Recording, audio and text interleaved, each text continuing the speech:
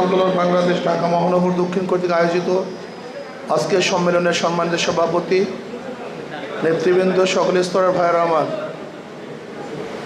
ইসলাম প্রতিষ্ঠিত হওয়ার আগ পর্যন্ত কোনো মানুষের কোনো গোষ্ঠীর অধিকার বাস্তবায়ন হতে পারে না। ইসলামই একমাত্র মানুষের অধিকার বাস্তবায়নের জন্য দুনিয়াতে এসছে।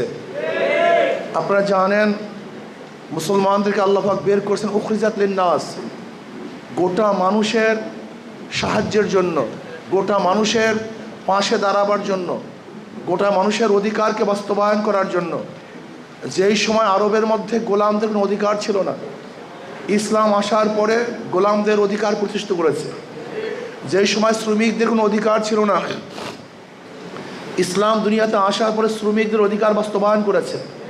যে সময় মহিলাদের কোনো অধিকার ছিল না, ইসলাম আসার পরে সবচেয়ে বেশি মহিলাদের অধিকারকে প্রতিষ্ঠিত করেছে। যেই সময় গরিব মানুষের অধিকার ছিল না, ইসলাম এসে গরিব মানুষের অধিকারকে বাস্তবায়ন করেছে। যেই সময় কালো মানুষের কোনো অধিকার ছিল না, ইসলাম আসার পরে বেলালে হাবশির মতো কালো মানুষকে এত মর্যাদা দিয়েছে যা চিন্তাও করতে পারবেন না। বেলালে হাবশি হাটে জমিনের মধ্যে, পায়ের আওয়াজ আরশের মধ্যে। ইসলাম আসার পরে প্রত্যেকটা ধর্মের মানুষকে অধিকার দিয়েছে। ইসলাম আসার পরে শুধু মানুষ নয়, প্রত্যেকটা জানোয়ারের অধিকারকেও বাস্তবায়ন করেছে। ওমর ইবনে খাত্তাব রাদিয়াল্লাহু কি বলেছেন? আমার খেলাফতের আমলে ফোরাতের কুলেও যদি একটা কুকুর না খেয়ে মারা যায়, আমি ওমরকে জবাব দিতে হবে। আপনি চিন্তা করতে পারছেন? শুধু একটা বাক্য,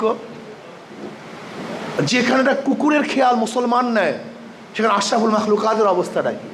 আমি বিশ্বাস করি যদি ইসলাম হুকুমাত কায়েম হইতো, তাহলে আজকে এই রাস্তার মধ্যে যেই সমস্ত বাচ্চাগুলি, যেই সমস্ত মহিলাগুলি, যেই সমস্ত ব্যক্তিগুলি খোলা আকাশের নিচে ঘুমায়, ইসলাম হুকুমাত আসলে একজন মানুষকেও খোলা আকাশের নিচে ঘুমাতে হতো না।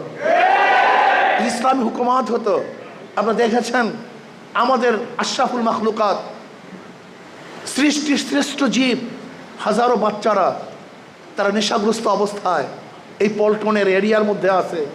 ইসলাম হুকুমাত আসলে ওই সমস্ত আশরাফুল মাখলুকাতকে ধরে ধরে বড় বড় শিক্ষিত করার ব্যবস্থা নেওয়া হতো।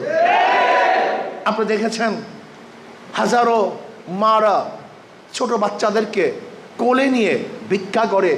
ইসলাম হুকুমাত হলে তাদেরকে ছোট বাচ্চা নিয়ে ভিক্ষা করার প্রয়োজন হতো না, বরং মুসলিম সরকার তাদের ঘরে গিয়ে খাদ্য পৌঁছাইয়া দিত। যেরকম ওমর ইবনে খাত্তাব রাদিয়াল্লাহু তাআলা আনহু সেই মরুভূমির প্রান্তে শিশুদেরকে, মহিলাদেরকে নিজের হাতে খানা পাকিয়ে তারপর খাওয়াইয়েছেন।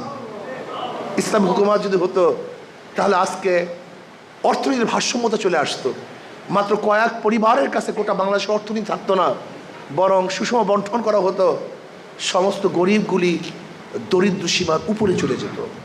ইসলামী হুকুমাত হতো, তাহলে আবরার ফাহাদকে অবৈধভাবে হত্যা করার প্রয়োজন হতো না।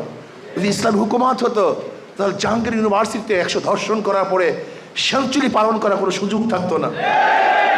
যদি ইসলামী হুকুমাত হতো, তাহলে নির্বিচারে ওই আয়নাগরে মানুষ ধুকে ধুকে মরতে হতো না।